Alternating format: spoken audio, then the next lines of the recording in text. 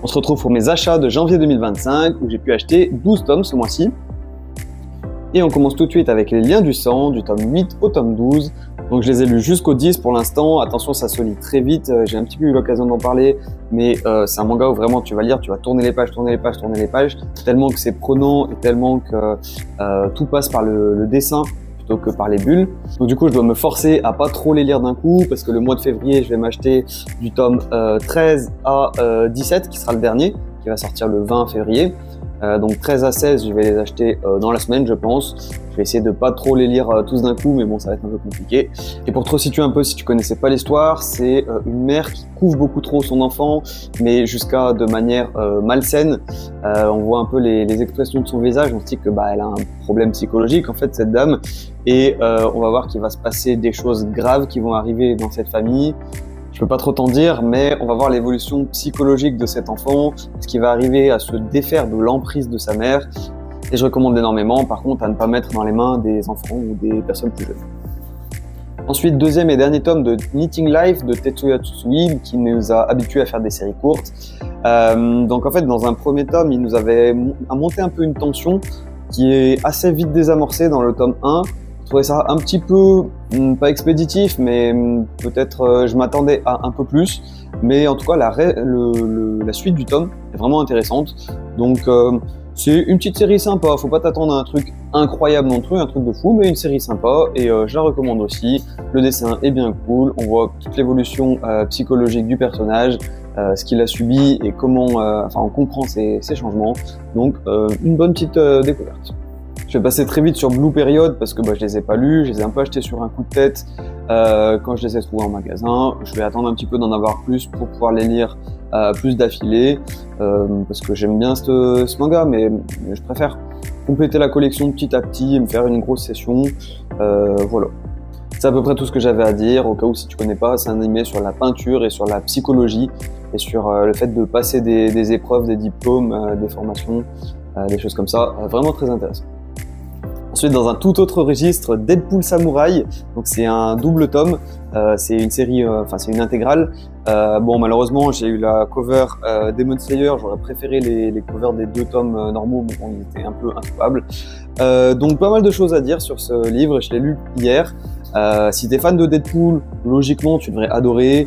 Il y a le brisage du quatrième mur, Deadpool qui se moque du scénario, un peu des blagues de cul. Il y a les références à des héros Marvel, des méchants Marvel. Je sais pas si je te l'ai dit ou pas parce que ça spoil un peu, mais d'un côté ça peut te donner envie. Du coup, alerte spoil. Mais il va y avoir Loki, il va y avoir Venom, il va y avoir Thanos, et également il va y avoir les Avengers, Iron Man, Marvel, il va y avoir Spider-Man, Sakura Spider, donc un des nouveaux personnages avec la fille qui est possédée par Venom. Donc voilà, Deadpool qui est envoyé au Japon en tant qu'Avenger pour créer un escadron pour pouvoir lutter contre le crime. Et c'était très sympa, c'était très drôle. Les dessins sont bien cool. Alors j'aime pas trop les visages un peu réalistes des méchants qu'on voit, assez carrés, assez réalistes, mais en général ils vont avoir des masques. Et sinon les autres personnages qu'on voit, les deux jeunes filles, ont des visages assez expressifs. Et donc du coup voilà, ça compense un peu. Mais voilà, on va avoir des gags et des scènes qui vont prendre en compte le fait que c'est un livre, donc il va y avoir des pages et on va tourner les pages sans trop te dire exactement pour avoir les surprises, mais assez inventif et j'ai beaucoup aimé. Ensuite, le manga que j'ai lu hier et aujourd'hui, c'est Bunny Pon Pon. Ça faisait très longtemps que j'avais entendu que c'était parmi les meilleurs seinen, mais je savais pas exactement de quoi il en retournait. Donc c'est l'histoire d'un élève de primaire, on va dire dans les 8 ans, quelque chose comme ça, qui va avoir une vie familiale tourmentée, il va avoir des problèmes avec son père, qui est un peu violent, sa mère qui va un peu le délaisser, il va quand même avoir son oncle qu'il aime beaucoup, il va avoir des camarades de classe avec qui il s'entend bien, même si du coup le fait qu'il y en ait qui déménagent, ça va l'affecter, des choses comme ça. Il va avoir une amoureuse, il va découvrir petit à petit la sexualité. C'est bon, moi ça me paraît assez tôt pour en parler, mais bref, voilà. Il va vivre des hauts et des bas, mais surtout des bas. Bon, l'éléphant dans la pièce, c'est que en fait on ne voit pas le personnage, mais on voit cette espèce de petit oiseau qui le représente, lui et sa famille, ce qui fait que tu peux plus t'attacher à lui sans qu'il ait un design très marqué. Et pareil, les designs des autres personnages sont assez réalistes, pas forcément un design qui me plaît, mais en tout cas l'histoire me plaît jusque-là. Ça va raconter une histoire avec une usine abandonnée où ils pensent qu'ils vont trouver de l'argent. Il y a également l'amoureuse de Poun Poun qui lui dit que l'avenir de l'humanité n'est pas sur Terre parce qu'il va y avoir des problèmes climatiques et ce qu'il faudrait c'est partir dans l'espace, découvrir des autres planètes. Et ça est combiné avec le fait que son père il lui donne un télescope. Il va avoir envie de devenir chercheur dans l'espace, mais ça c'est quelque chose en filigrane qui va être distillé un petit peu tout au long du récit. Pour l'instant j'aime, j'ai pas encore envie de me tirer une balle, vraiment à ce que j'ai pu voir rapidement. Par exemple, il y a la vidéo de Mon Corvo sur Combini qui est assez récente qui en parlait. Mais pour l'instant, avec les 2 premiers tomes, c'est le format découverte, 2 pour le prix d'un. Moi, j'ai bien accroché et pareil, je pense que c'est quelque chose d'assez mature à mettre dans les mains de personnes qui sont quand même assez âgées. En parlant de manga que j'ai continué dans mes achats de 2024 de décembre, j'avais les 6 premiers tomes de Berserk que j'ai enfin pu lire. Alors je t'avoue qu'au début, je trouvais que c'était un manga assez lambda un peu en fait, je vais me faire insulter mais je veux dire assez moyen.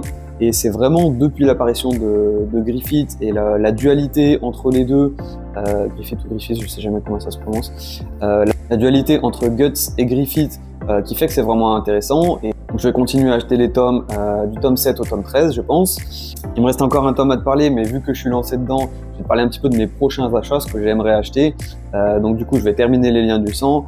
Je vais sûrement acheter les Berserk du tome 7 au tome 13. Je pense aussi acheter Ichinose Family Deadly Sins qui ont 5 tomes pour l'instant et qui avait l'air super intéressant par le même auteur que Le Péché Original de Tagopi. Et puis après ça, peut-être que je me lancerai dans la suite de Bonne Nuit Poun Poun. Et le dernier manga que j'ai eu qui est arrivé ce matin, donc j'étais même pas sûr de pouvoir t'en parler, c'est l'édition collector du tome 20 de Grand Blue.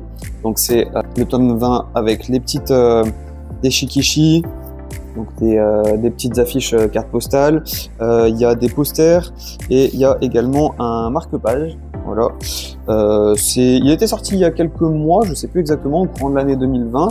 Et je m'étais dit que peut-être je me l'achèterais, j'étais pas sûr parce que vu que j'avais pas continué d'acheter les Grand Blue, je pense les acheter un jour, mais c'est pas forcément dans mes priorités. J'ai les 4 premiers, bon, j'ai le tome collector avant qu'il ne soit plus trop disponible, au moins c'est fait, et puis après je le compléterai petit à petit. Voilà, c'était tout pour mes achats de janvier 2025. Dis-moi toi ce que tu as acheté pendant ce mois, qu'est-ce que tu prévois d'acheter dans les prochains jours. Petit disclaimer, je pense qu'il n'y aura pas de vidéo la semaine prochaine parce que je suis à fond sur le montage des vidéos sur Gun. Donc si tu n'étais pas au courant, je suis en train de faire une grosse série de vidéos sur Gun en espérant qu'il y ait le tome 10 qui ne soit pas encore sorti au moment où je publie les vidéos. J'aimerais les faire avant pour pouvoir profiter de la sortie du manga. J'espère que ça te chauffe parce que c'est pour moi le plus gros projet de la chaîne jusque-là, des vidéos de 30-45 minutes, des choses comme ça. Donc j'espère que tu seras au rendez-vous. De toute façon, t'inquiète pas, j'en reparlerai. Et je te dis à la prochaine. Ciao!